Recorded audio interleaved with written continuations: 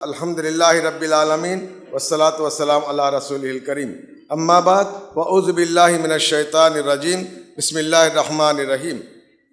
بل تؤثرون الحیاۃ الدنیا والآخرۃ خیر وابقی۔ صدر جلسہ اور مہمان مقرر حیدرآباد سے اور دوسرے مقرر نظام آباد سے جو آپ لوگ سماعت فرما رہے تھے، الحمدللہ بہت ساری باتیں موت کے تعلق سے، اصلاح معاشرے کے تعلق سے آپ لوگوں نے سنا ہے۔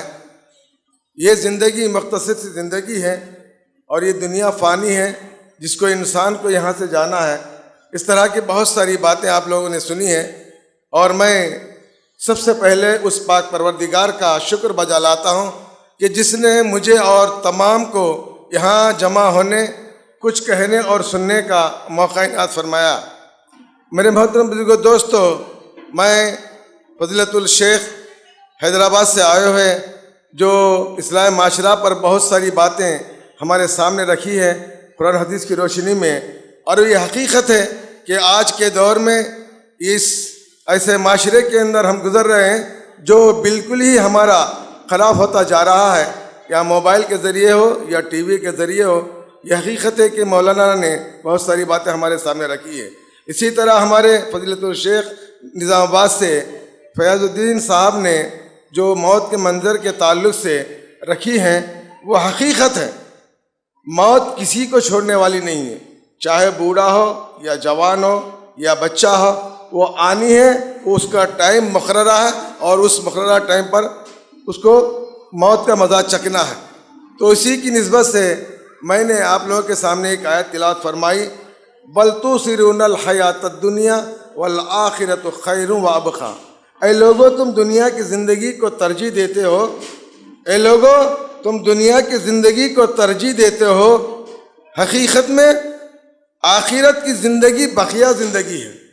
آج دنیا کے اندر جتنے بھی مسلمان ہیں، آج دنیا کی خواہشات میں، لذتوں میں، دنیا کے معاملات میں، کاروبار میں، ہر وہ لو لعب میں، یعنی کہ آدمی ایسا بزی ہو چکا ہے کہ انسان موت کو بھی بھول گیا ہے، مرنے سے بھی بھول گیا ہے، اپنے آپ کو اپنے ہوش میں بھی نہیں ہے کہ میں کیا کر رہا ہوں، کیا کرنا چاہیے، اور کیوں آیا، کس لیے آیا، اور مجھے اس آنے کا مقصد کیا ہے، اللہ پیدا کرنے کا مقصد کیا ہے، اور میری زندگی کا کیا مقصد ہے۔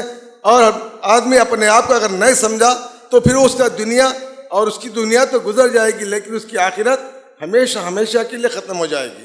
آدمی جب کوئی چیز خریدتا ہے تو اس خریدنے سے پہلے اس کی جانکاری کرتا ہے، اس کو پہچانتا ہے کہ اس کو کس طریقے سے استعمال کیا جائے۔ جب ہم دنیا کے اندر آئے ہیں تو ہم اللہ اور اللہ کے رسول کو پہچاننا، اللہ اور اللہ کے رسول صلی اللہ علیہ وسلم کے راستے کو تلاش کرنا اور اس پر چلنا ہم سب کا فریضہ ہے۔ اگر ہم اس طریقے سے اگر ہم زندگی نہ گزاریں گے تو جیسے فضیلت الشیخ نے بتایا کہ موت آئے گی، اور کب آئے گی، کس حال میں آئے گی، پتہ نہیں۔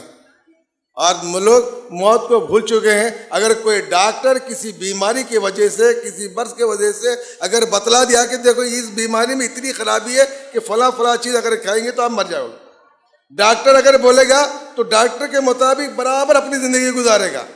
لیکن اللہ اور اللہ کے رسول کی باتیں آج سے 1400 سال پہلے اللہ کے رسول صلی اللہ علیہ وسلم نے کل نفس ذائقۃ الموت، جیسا کہ مولانا صاحب تلاوت فرمائے تھے، اسی کی نسبت پہ تقریر کیے ہیں۔ لیکن آج لوگ کیا ہے، موت کو بھول چکے ہیں۔ موت کو بھول چک کر ہم اپنی زندگی گزارتے ہیں۔ میرے محترم دوستو، حالانکہ یہ جو پروگرام کیا گیا، رکھا گیا ہے خطاب عام، اس میں ہم کو یہ آنا ہی مقصد نہیں، بلکہ آنے کا مقصد یہ ہے کہ ہم عمل پیرا ہو جائے، ہم عمل کرنے والے بن جائیں، اور دنیا کی زندگی کو کیا ہے اور آخرت کی زندگی کیا ہے یہ سمجھنے کے لیے ہی دنیا ہے۔ جب ہم دنیا کے اندر آخرت کی تیاری نہیں کریں گے تو ہماری آخرت ہمیشہ ہمیشہ کے لیے ختم ہو جائے گی۔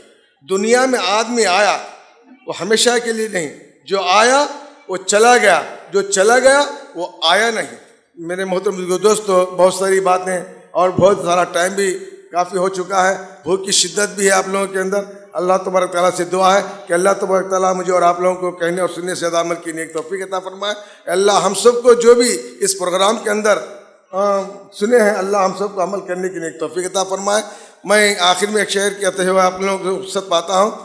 ضروری نہیں کہ ہم سب کو پسند آئے، ضروری نہیں کہ ہم سب کو پسند آئے، زندگی ایسی جیو کہ رب کو پسند آئے.